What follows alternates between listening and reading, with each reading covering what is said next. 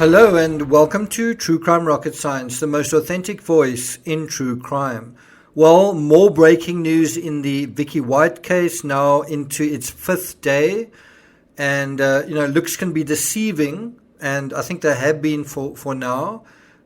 People have been misled into believing that there wasn't a relationship going on. Well, that has now been confirmed, that Vicki was getting cozy with inmate Casey White. Obviously, that had to take time for that coziness to develop. And so someone asked a question, it's a very pertinent and valid question. How long was Casey at that jail?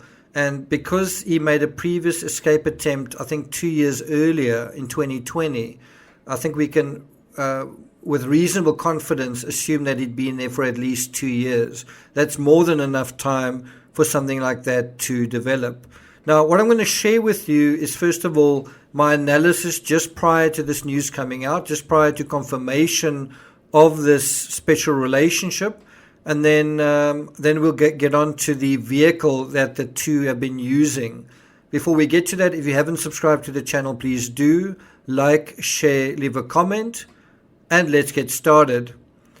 So, obviously, we now know that this disappearing act isn't just the work of one person. It was premeditated by both of them. But I actually wrote this prior to knowing this for a fact. I wrote, if this disappearing act was premeditated by the felon in the story, one has to ask whether it was premeditated by Vicki as well. Thus far, it appears that it might have been. Selling the house is a big red flag. Retiring is a second big red flag. The day she disappeared was to be her last day at work. Well, it was, and it was the one day she broke the rules, and then some. Big red flag number 3. So the following comes from CNN, quote, "The situation has left Vicki White's co-workers in shock. The day she disappeared was to be her last day at work after nearly 2 decades with the department." That's according to Singleton, the sheriff. "She submitted her retirement paperwork last week, sold her home about a month ago, and had thought about moving to the beach," he added. The article goes on to state, quote, "All of her co-workers are devastated. We've never had any situation like this with Vicki White. She was a model employee," Singleton told CNN's Ryan Young on Monday, end quote. Well, I don't know if one can still say that she's a model employee. It happens a lot in true crime that everyone is shocked to realize they never really knew someone. Scott Peterson was like that. Chris Watts was like that. Sometimes the victims are like that too. For example, Suzanne Morphew. And haven't you ever been told, or haven't you ever said to someone, "I really didn't know the real you at all"? From the same article, Singleton had said that the corrections official had an unblemished record and was an exemplary employee. So to repeat, at the time of this analysis, at the time that this article came out, it still wasn't known whether there was a relationship going on. They were still trying to independently verify that. Anyway, at that time, Sheriff Singleton said the following. He said, "If she did this willingly, and all indications are that she did, I guess we're trying to hold on to the last straw of hope that maybe for some reason she was threatened and did this under coercion. But absolutely you'd feel betrayed," end quote. It is a betrayal, but perhaps if this is an elopement, Vicki swapped the fairy tale of the perfect corrections officer for a fairy tale she preferred in her own mind, whatever that is.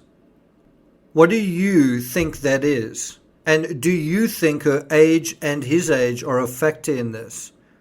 This wouldn't be the first time someone fell in love with a despicable criminal. Remember the hordes of women who flocked to Chris Watts, professing their undying love in the face of the evil he perpetrated. And so, of course, that's as far as I got. And then just a couple of minutes later, maybe an hour or two later, the New York Post came out with an article titled Alabama jail boss Vicki White had special relationship with missing inmate, right? And this is a quote from that article. Vicki White, the Assistant Director of Corrections for Lauderdale County, had gotten cozy with inmate Casey Cole White during her shifts at the rural jail and at some point developed the so-called special relationship, the Lauderdale County Sheriff's Officer said. And they'd gotten this information from inmates, that there was some kind of special romance that had developed. And they said they've confirmed this. It's not just one person who told them. They've confirmed it through various independent sources and means. So what does it mean? Well, the fact of their relationship indicates that we are dealing with not just one fugitive, but two. It also means that now you have a situation where a law person, a law enforcement person, is now actually on the run from the law. The U.S. Marshal Service has offered a $10,000 reward for any information about them. The other thing that's pertinent is both of them are armed. Now, in a previous video, I described the search for CCTV footage, and that footage has since been located, and the video that they found shows the patrol car stopping just 8 minutes after leaving the jail at an intersection about 2 blocks from the shopping center parking lot, and that is where it was later found abandoned. And so what it shows is that they basically drove straight to this parking lot. There was no attempt to actually go to the courthouse. That also tends to support this idea that the two are in cahoots. It's not a question of coercion. It's not an attempt of someone being unwilling, right? Then it's not clear what happened after the patrol vehicle arrived at the parking lot. There's no clarity on the transfer to a second vehicle, but we do know that they did leave in a second vehicle. That vehicle may have been left there by Vicki herself. It is a gold copper 2007 Ford Edge, and they were last seen in this vehicle. Whether they're still in that vehicle is unknown, but they were last seen in it on April 29th, 2022. The U.S. Marshal Service, this is according to CNN, said that Tuesday the pair was last seen in Rogersville, Alabama, in this Ford Edge with unknown Alabama plates. Now, what I think is pertinent is Rogersville is due east. It's not very far east from Florence, which is where they left the parking lot. And if you draw a line further east, that will take you to the North or South Carolina coast. And so it is possible that is where they are headed. That is something that she apparently said, that she wanted to go to the beach or something like that. I think she spoke about her retirement and wanting to go to the beach. Well, she can certainly afford that now based on the recent sale of her home. According to the sheriff, he says, I'd be surprised if they're still in Alabama. And he said that officials at the Mexican and Canadian borders have been notified of the search. I predicted, expected, anticipated that they would be driving either due south or west. Well, it looks like neither of those are true. It seems like they're heading east to the beach.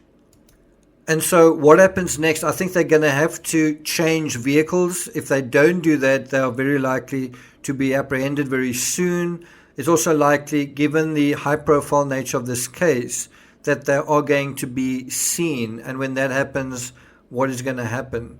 The public have been warned not to approach these suspects. In any event, we expect more breaking news on this developing story. Thank you for listening, and I'll see you guys next time.